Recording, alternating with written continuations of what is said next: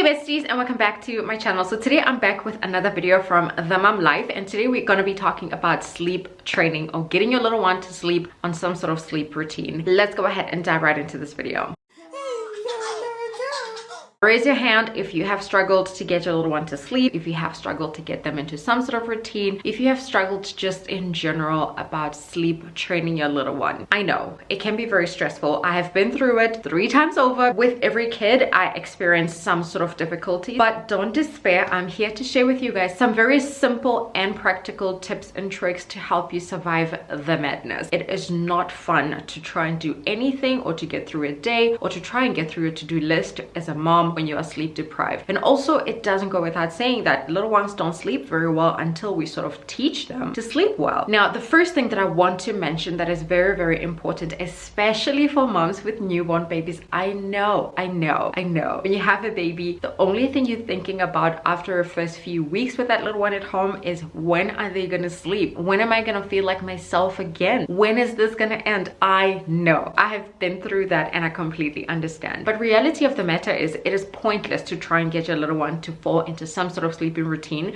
before they're 4 months old. Newborn babies, they sleep for much longer during the day, and sometimes they are awake at night. It's not all babies. Bear in mind, all babies are different, but they sleep much longer, generally 20 hours, 18 hours, and then it gradually decreases. Don't try to sleep train your little one before they're 4 months old. It's just going to cause you a whole lot of headache, frustration, despair, a little bit of anger, and it's not going to be worth it. Don't do it. By sharing this video, I'm hoping I'm going to be able to help you get some sort of foundation for you and your little one to get into some sort of sleeping routine. Yes, I will keep saying routine over and over again in this video because that is important. Routine, especially for little ones. So it will help you lay some sort of foundation for you and your little one for future when you want to start training them to sleep through the night. What I'm about to tell you guys today works best for babies that are typically around 5 months old up until about 2 years or 2.5 years old. Typically around 2.5 to 3 years old. Some kids don't even nap at all at that stage. It all depends on where your kid is at that particular time. Again, like I said, all babies are different, so you follow your kid's lead and just take it up from there. The one thing I need you to do starting today, if you are the parent who's been super frustrated with your little one not sleeping, nap time struggle, just general sleep issues that you're experiencing with your little one, the first thing I want you to do is to note the time they wake up in the morning, regardless of what time that is. It doesn't necessarily mean that the time you get them from their bed. So if they wake up at 6 and they sleep in their own room and you typically get them from around 7 o'clock in the morning, note their wake up time as 6 o'clock and not 7 o'clock. Give them about 2 to 3 hours from waking up to trying to get them to take a nap, and in between that time you obviously feed them breakfast, you play around, you change nappies, you get them dressed for the day,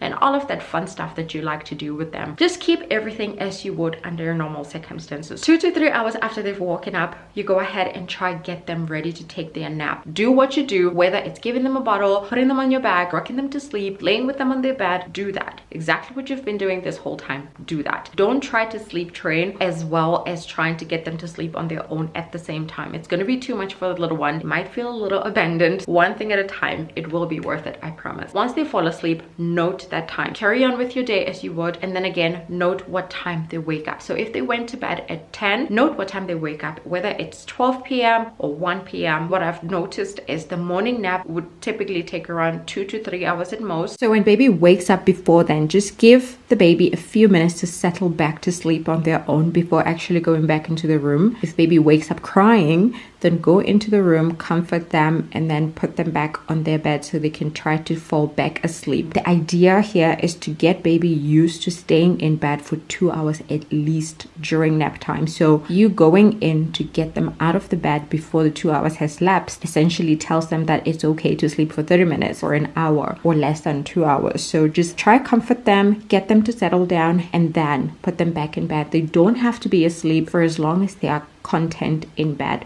That is okay. And then of course at the time you obviously do what you would do, change nappies, feed them, go to the park, do whatever it is that you like to do with your little one. Get them tired. The trick is to get tired. There is no point in trying to get a baby to sleep who is not tired. They will just fight you. It will be a lot of tears, a lot of resistance. They will show you flames when they don't want to do something you want them to. So make sure you get them tired. Let them work up that energy. If your little one is able to walk, go for a walk with them. It doesn't have to be far. Just get out your house, walk around your backyard, out. If you're living in an apartment, go downstairs, walk around, just get them to work that energy. And then again, 2 to 3 hours after they've woken up from their morning nap, try and get them to take a nap. Again, same thing, whether it's giving them a dummy, giving them a bottle, rocking them on your back, rocking them on your lap, laying with them in bed, do that. And then again, note what time they go to sleep for that afternoon nap and what time they wake up. And once they are awake, obviously feed them, change nappies, all of that fun stuff, dinner, everything, and then of course prep for bedtime. I know that sounds very simple and you're probably thinking, why have I not tried this? You probably have missed this because you were just trying to get your little one to follow your way. They were resisting, and so you were getting frustrated, and it was frustration met with resistance, and that wasn't working out. It was just explosive. Keep this up for a week or two, and I promise you, your little one will know. They'll wake up in the morning, they'll play, eat, do whatever else, and when it's nap time, they will be ready to take a nap. And it's going to be so much easier for you to just put them in their bed, in their crib, in their room, give them whatever it is they need, dummy, stuffed animal, blankie, whatever it is they need, give kisses and cuddles, and walk away and let them fall asleep on their own. As soon as you have some sort of routine in place for your little one, it's so much easier to edit that routine to make it fit your schedule or to make it fit their age as they grow up. Like right now, Peanut has dropped his afternoon nap and he just takes one nap, which we have adjusted to make it from 12 p.m.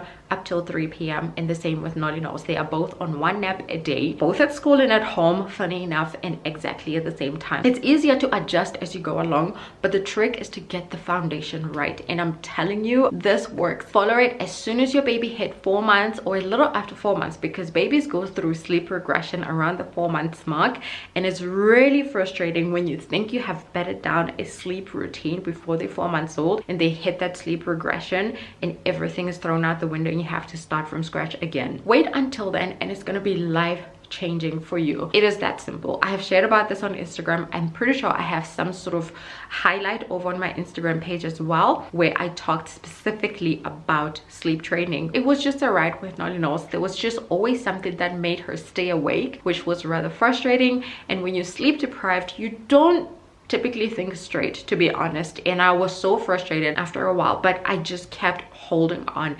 And I'm telling you, by the time she was 6 months old, we had moved her out of our bedroom and she was already sleeping through the night because we did exactly that. So try this, let me know how it goes, comment down below and let me know what is your biggest struggle when it comes to sleep training your little one. Do you even sleep train? Do you consider it sleep training? What have you done with your little one so far to help them sleep? I hope you enjoyed watching. Thumbs it up and don't forget to subscribe, and we'll catch you besties in our next video.